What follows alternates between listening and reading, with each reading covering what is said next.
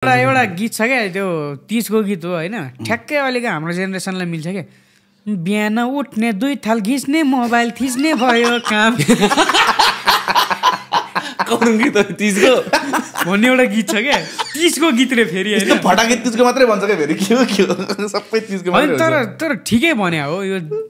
तर 30 सँग नजोड्दै भयो भन्ने कुरो 30 एउटा पवित्र भयो नि त ब्रो हैन मान्नीलाई नमान्नीलाई त मतलब मान्नीको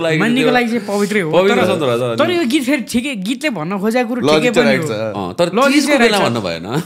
लजिक चाहिँ राइट छ अब त्यसको सेकेन्ड लाइन चाहिँ के छ अब के भने खोइ सेकेन्ड बिहान उठ्ने 2 थाल घिच्ने मोबाइल थिच्ने भयो काम लाउन कता जाम खै के छ हैन लाउन शिव भन्ने लाग्छ नि हैन खोइ यस्तै के छ हैन तर जो यो गीतले भन्न खोजे ठिकै पनि हो नेपालमा रोजगार छैन रोजगार नभएपछि के हो त मोबाइल चलाउनै बस्नु त तर 30 कहिले 30 कताबाट कहिले कसरी